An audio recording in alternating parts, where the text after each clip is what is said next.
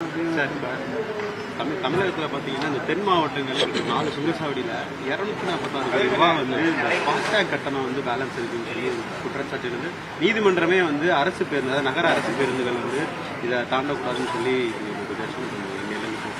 அது பெரிய சர்ச்சை. ஏன்னா கிட்ட 246 கோடி வந்து அரசு பேருந்து சார்பாக வந்து ஒரு போக்குவரத்து கழகத்தில் வந்து டோல்கேட்டில் மட்டும் பாக்கி இல்லை. அவங்க வந்து டீசல் பெட்ரோல் போடுறதுலேயே கோடிக்கணக்கான ரூபா பாக்கி வச்சிருக்கிறாங்க.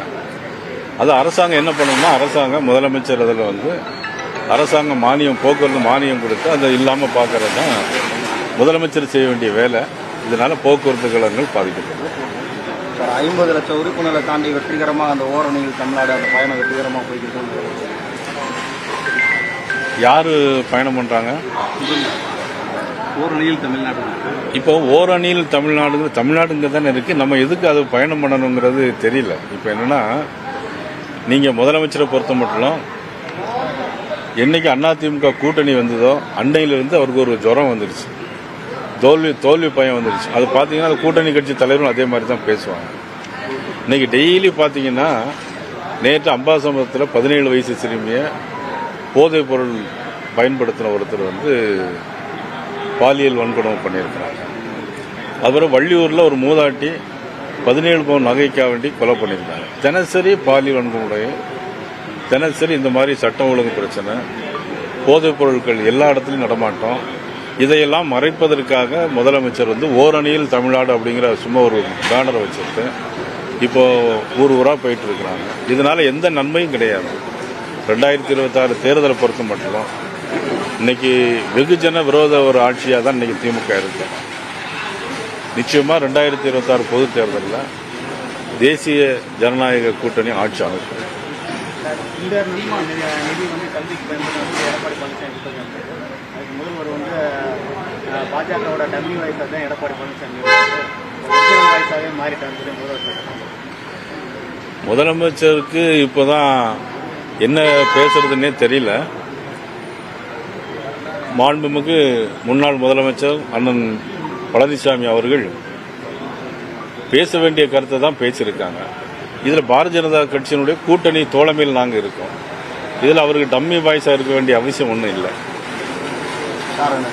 விருதுநகர் சாத்தூரில் வந்து அந்த சந்திப்பில் வந்து மதிமுகவினர் வந்து செய்தியாளர்களை தாக்கியிருக்காங்க. ஒரு வைகோ வந்து அந்த என்ன சொல்றாங்க அவதூறுகளாக வந்து செய்தியாளர்களை பேசியிருக்காங்க. கடவுள் கொண்டிருக்காரு, அவர் மேலே புகார். அண்ணன் வைகோ அவர்கள் வந்து எப்பொழுதுமே கொஞ்சம் கோவப்படுறது ஜாஸ்தியாக அவருக்கு இருக்கும். கூட்டத்தில் இருக்கும்போதே சத்தம் போடுறது, பேசுறது வந்து அண்ணன் வைகோ அவர்கள் வந்து ரொம்ப எல்லா இடத்துலையும் பேசிட்டு இருக்கிறாங்க. நமது பத்திரிகையாளர் தாக்கப்பட்டிருக்காங்க. உண்மையில் அது கண்டிக்க தகுந்தது, வருந்தத்தக்கது. பத்திரிகையாளர் நீங்கள்லாம் சேர்ந்து தான் அதுக்கு கண்டன குரல் எழுப்பணும், நீங்க தான் செய்ய வேணும். அதெல்லாம் சரி. மதுரை மாவட்டத்தில் வந்து மண்டல வாரியா வந்து தலைவர்கள் வந்து ராஜினாமா பண்ணியிருக்காங்க. 200 மேடிக்கு மேல வரியை நடந்திருக்கு. ஆர்ப்பாட்டம் நாளை மறுநாள் ஆர்ப்பாட்டம். ஏற்கனவே 4 பேர் ராஜினாமா பண்ணியிருக்காங்க. மதுரை மாநகராட்சி மேயரை கூட மாத்திருவாங்களோன்னு ஒரு ஊகம் இருக்கு. நாளை மறுநாள் பாரதிய ஜனதா கட்சி சார்பாக 3 மாவட்டங்கள், கட்சி மாவட்டமும் ஒரு பெரிய பிரம்மாண்டமான ஆர்ப்பாட்டம் ஒன்று வச்சிருக்கோம். திமுக பதவி விலகணும்னு கோரிக்கை வச்சு ஆர்ப்பாட்டம். இந்த கீழடியில் வந்து இருக்கட்டும், அதெல்லாம் அப்புறம் பேசினோம் வாங்க. சிங்கிகள் கூட்டம் சங்கிகள் கூட்டம் சரி சேகர்பாபு சொல்லியிருக்காரு.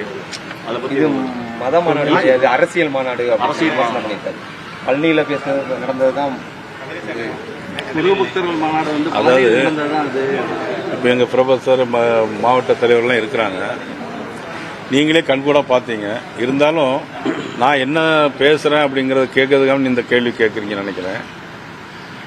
அதாவது மாநாடு நடைபெறுவதற்கு முன்னால 6 நாட்கள், அந்த 6 நாட்கள்லையும் கிட்டத்தட்ட 2 லட்சம் பேர் வந்தாங்க. ஒரு நாள் வந்து 5000 பேர், அதுக்கு அடுத்தால 15000 பேர், அது 30,000 பேர், 70,000 பேர், 1,10,000 பேர் 5ஆம் தேதி வரைக்கும். 6ஆம் தேதி பார்த்தீங்கன்னா 5 லட்சத்துக்கு மேலே வந்தாங்க. அவ்வளோ பேர் வந்தாங்களே தவிர அவங்க கட்சி கூட்டம் நடந்தால் டாஸ்மாகில் தான் கூட்டம் இருக்கும். ஆனால் நீ பார்த்தீங்கன்னா திடல் ஃபுல்லாக 5 லட்சம் பேர் திரள் இருந்தாங்க. கூட்டம் முடிச்சுட்டு போகும்போது அமைதியாக எல்லாரும் அந்த சேரை எடுத்து அடுக்கி வச்சுட்டு ஒழுங்காக போனாங்க. அங்கங்கே இருக்க பாட்டிலெல்லாம் எடுத்து சுத்தப்படுத்திட்டு போனாங்க. இதுதான் ஒரு ஒழுக்கமான மாநாடு, முருக பக்தர்கள் மாநாடு. அவங்க நடத்துகிற மாநாடு அது மாநாடு கிடையாது. அது ஏற்கனவே திருச்செந்தூரில் கும்பாபிஷேகம் பண்ணியிருக்காங்க. அது 12 வருஷத்துக்கு ஒரு முறை பண்ண வேண்டிய விஷயம் அது. அதனால முருக பக்தர்கள் மாநாடு இன்னைக்கு உலகமே பாராட்டிட்டு இருக்கு. தனி ஒரு மனிதன் அறநிலைத்துறை அமைச்சர் அப்படி சொன்னார்னா அதுக்கு நம்ம பொறுப்பேற்க முடியாது. கீழடி அறிக்கை சமர்ப்பிக்க திமுக கண்டனம் தெரிவிச்சிருக்காங்க. அது இன்னும்